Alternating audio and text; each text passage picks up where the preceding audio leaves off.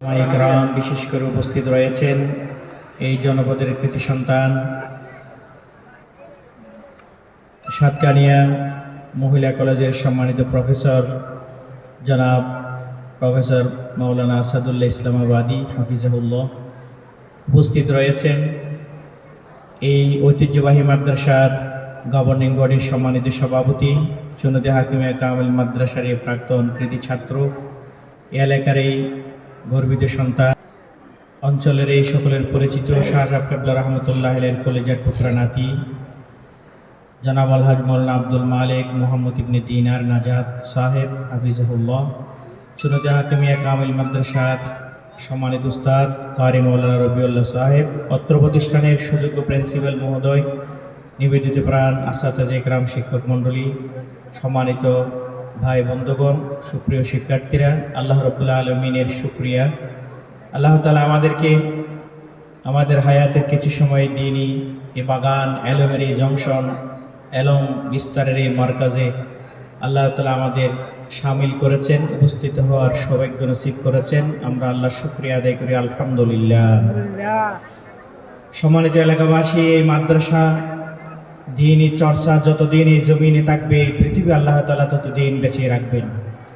যতটা প্রচার হতে থাকবে, আল্লাহর রহমত ওই জনপদ ওই এলাকার উপর থাকবে। এই জন্য বিশ্ববিখ্যাত মুহাদ্দিস মোল্লা আলী কারি রহমতুল্লাহ আলাই বলেছেন, রাসূলুল্লাহ সাল্লাল্লাহু আলাইহি ওয়াসাল্লামের একটি হাদিসের ব্যাখ্যা করতে গিয়ে, ইয়াবাকাল আলামু বিবাকাইল উলামা, এই জমিনের উপর যতদিন হক্কানি রব্বানি উলামায়ে কেরামের পদচারণা, তাদের অস্তিত্ব থাকবে, উলামায়ে কেরামের বিচরণ থাকবে, ততদিন পর্যন্ত আল্লাহ তাআলা এই জমিনকে বাকি রাখবেন। তাহলে উলামায়ে কেরাম যতদিন জমিনে থাকবে, আল্লাহর রহমত তত বেশি বর্ষিত হবে। তাহলে এই মাদ্রাসা শুধু যারা পড়ালেখা করে, যারা শিক্ষকতা করে, যারা শুধু টাকা পয়সা দেয়, এই দ্বীনি প্রতিষ্ঠান বড় জংশন হলো এই দ্বীনি প্রতিষ্ঠানগুলো। সকলে বলে আলহামদুলিল্লাহ, আলহামদুলিল্লাহ। এই দ্বীনি শিক্ষা প্রতিষ্ঠান আপনার ছেলে মেয়ে নাতি নাতনি আপনারা দিবেন, এটাই হবে আপনার নাজাতের এক উসিলা। রাসূলুল্লাহ সাল্লাল্লাহু আলাইহি ওয়াসাল্লাম ইরশাদ করেছেন, মা নাহালা ওয়ালিদুন ওয়ালাদান মিন নাহলিন আফদালা মিন আদাবিন হাসানিন।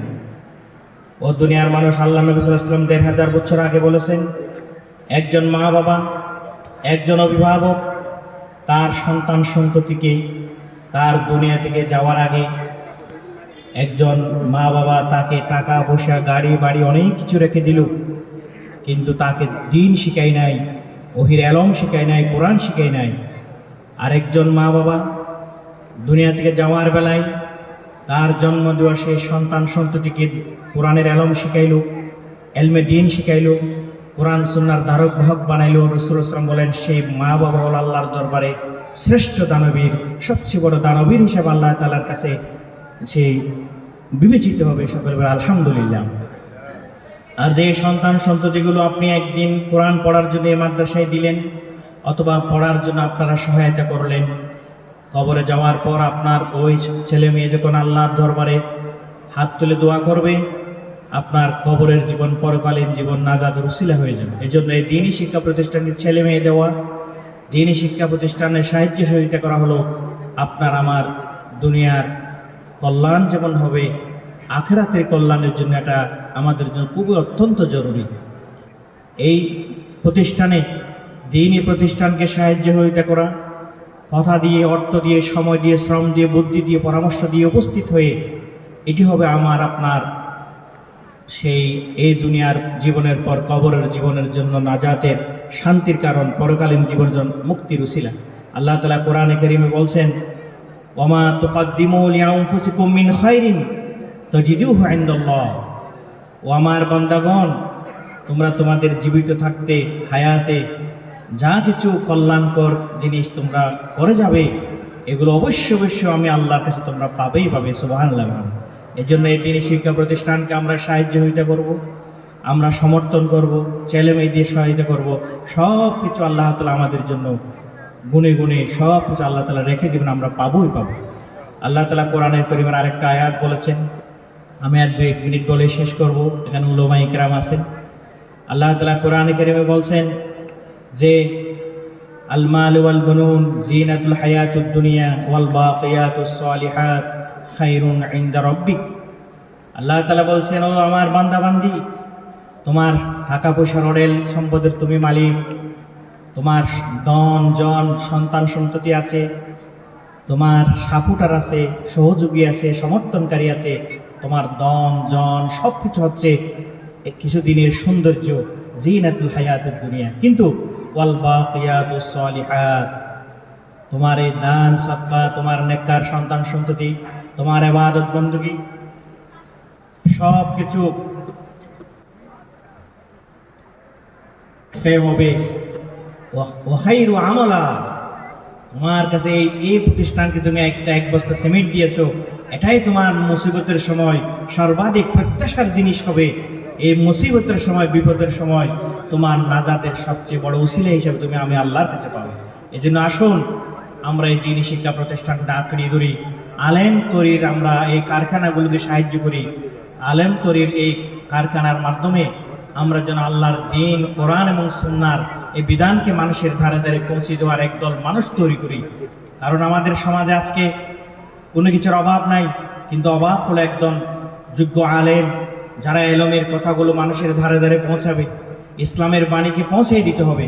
যে ইসলামকে আল্লাহ তাআলা কিয়ামত পর্যন্ত দিন হিসাবে, জীবন ব্যবস্থা হিসাবে আল্লাহ তাআলা যে ঘোষণা করেছেন কোরআনে কারিমে, সেই জীবন ব্যবস্থাকে যদি আমরা সমাজে, রাষ্ট্রে, সর্বক্ষেত্রে উপস্থাপন করতে চাই, সমাজের মানুষের কল্যাণী দিনকে আমরা ঢেলে সাজাতে চাই, আমাদের প্রয়োজন যোগ্য আলেম, মাদ্রাসা থেকে উপযুক্ত ছাত্র বের করা।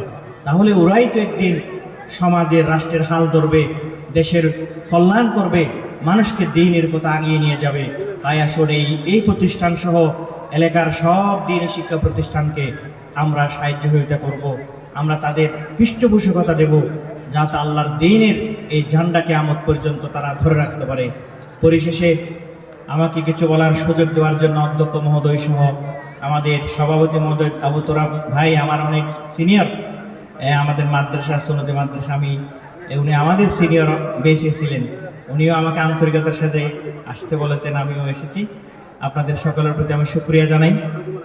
আরেকটা দাওয়াত আমাদের 25শে এপ্রিল, আগামী 25শে এপ্রিল শনিবার সুন্নতে হাকিমে কামিল মাদ্রাসার বার্ষিক সভা, আপনাদের সকলকে আমি দাওয়াত জানাচ্ছি। আপনারা সেই মাহফিলে ইনশাল্লাহ আসবেন।